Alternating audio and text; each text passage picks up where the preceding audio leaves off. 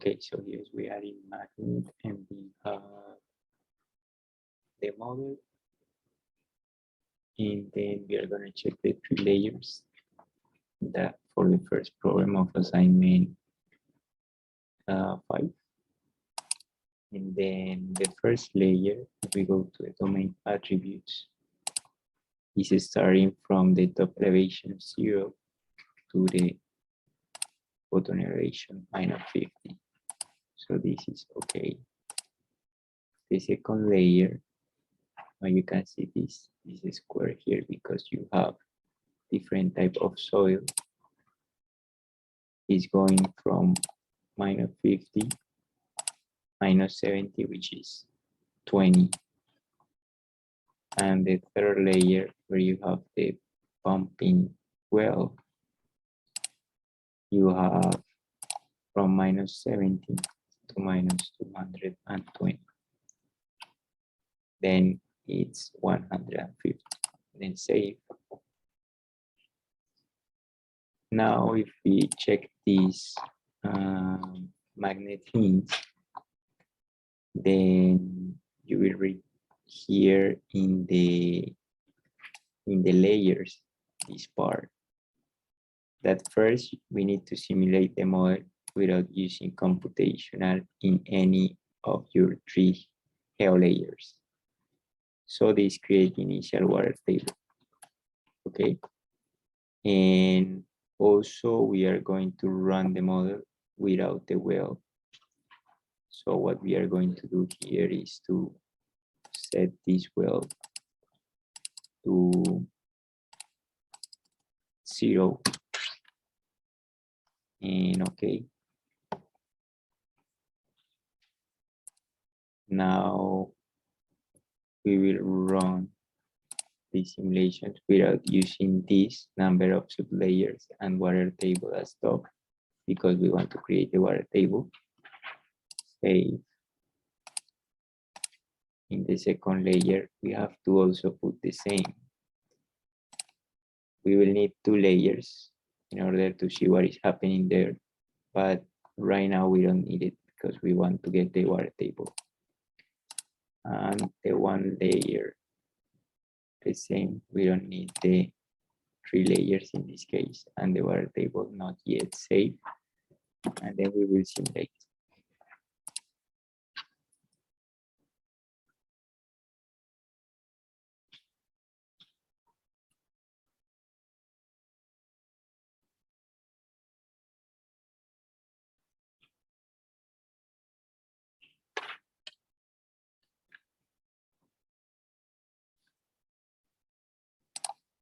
After this is created, the water table is created here, then we will click the number of sublayers for each layer and the water table as top. And then resimulate that. Okay. So the shallow aquifer and the confined aquifer, 3 sublayers, and the clay layer is just 2 sublayers.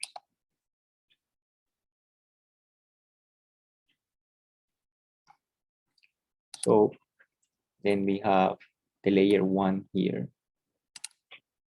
In the layer 2, you can see some differences, and the layer 3, everything is going that way. So we can go to analysis, display charts.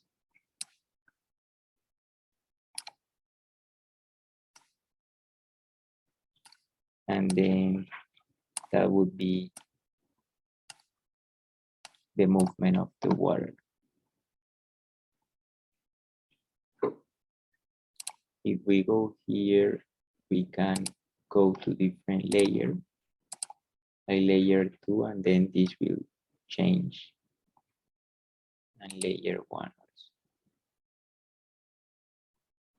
And this is the mass balance that you later need to compare. So I will take a snap of this, and then we can check.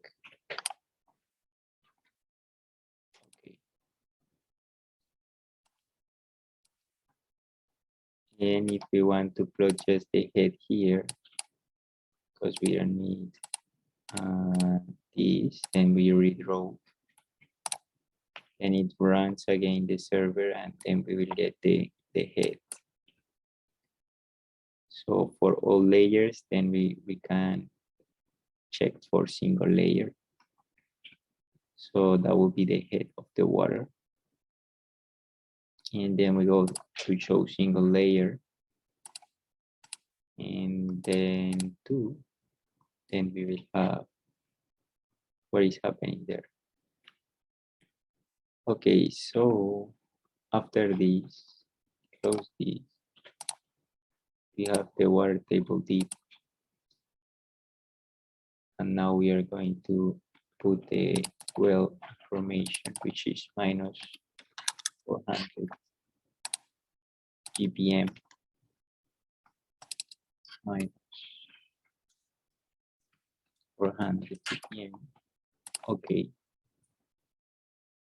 And then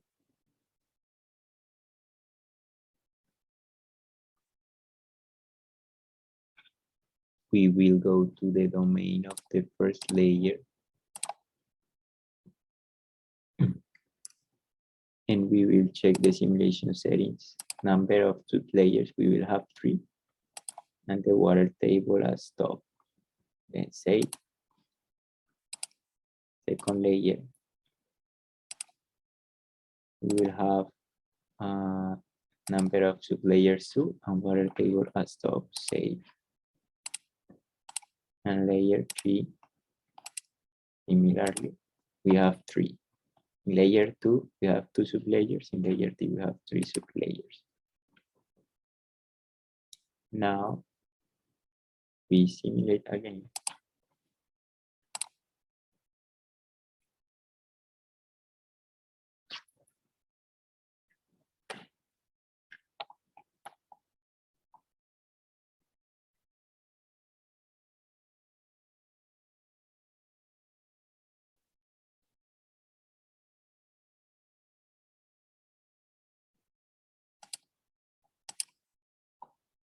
So here it says perform a water balance analysis before the pumping well. That's what we use, 0.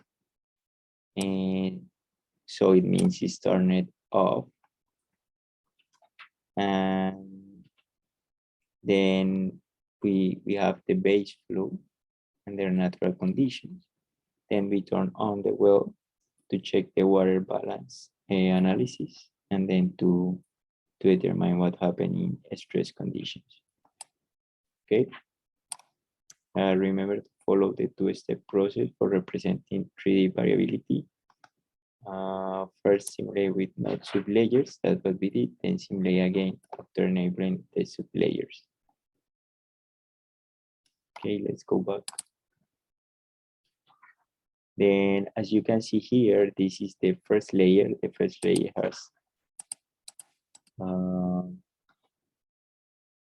let me check here. It should have these 3 sublayers. Let me check. Second layer and the third layer. And now with the second layer, we have 2 sublayers. Here we will see that the well is pumping the water.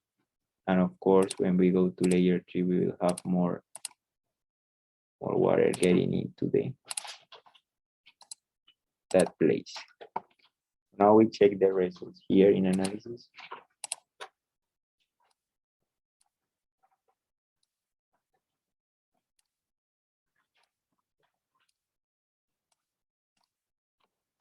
And as you can see here, this is the river, this is the stream, and we have the water here. And if we compare with this one, then we can see that how is the water changing when we are using the pumping. So this is using the mass balance under stress conditions. And this is without taking any water from the well. So there is a slight differences. Okay, so we close this. And you can see here in the tree surface plot, we can go to different layers. So if we go to a different layer here, it will take some time to simulate again. You can see the hole that is created because of the pumping. So we are in layer 6. Remember that we have sublayers.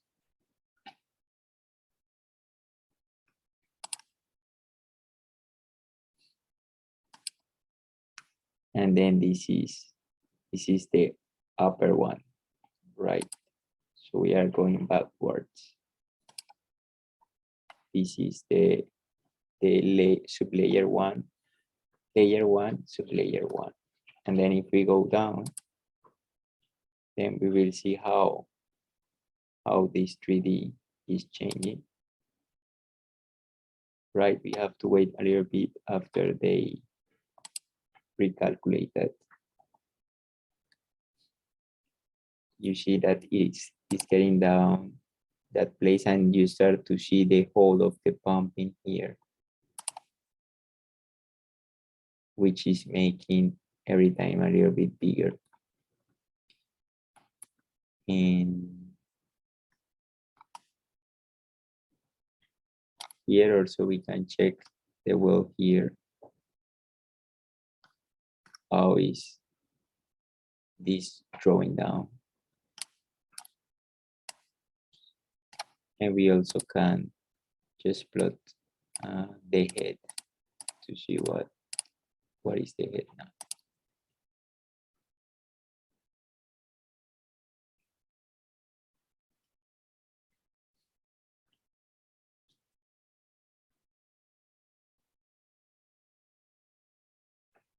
So here you have the head, how is changing. So you can compare this with the other simulation. Just go to single layer also and redraw. Okay, and you wait a little bit because it's running again.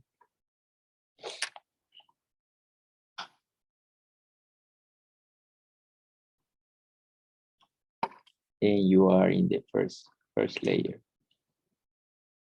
Okay. So that is something that you can analyze that in. Please check all the information that you have, that the first layer is divided in 3 sublayers, as you can see here. The second layer is divided in 2 sublayers, and the third layer is divided in 3 sublayers. If you don't do that, then you won't see the movement of the water clearly, right? You can see the river connection here, and also the stream truth connection here. So there we are. So I think this is important when you are going to make the analysis and the questions. Remember that the questions here are: where does the pump water come from? How much water is coming from the shallow truth stream? How much water is coming from the big river? And what is the percentage depletion of the stream flow because of pumping? So all of these, you have to check the charts to analyze, and also it's very useful for you, the tutorial 6 that we did today, because you can also verify with these analytical solutions. And according to the discharge you have from the well, and the distance you have from the well to the places, to the rivers, how much water you can get from there, and how is the drawdown. Okay, so we will finish this, and you can check again and let me know if you have any questions.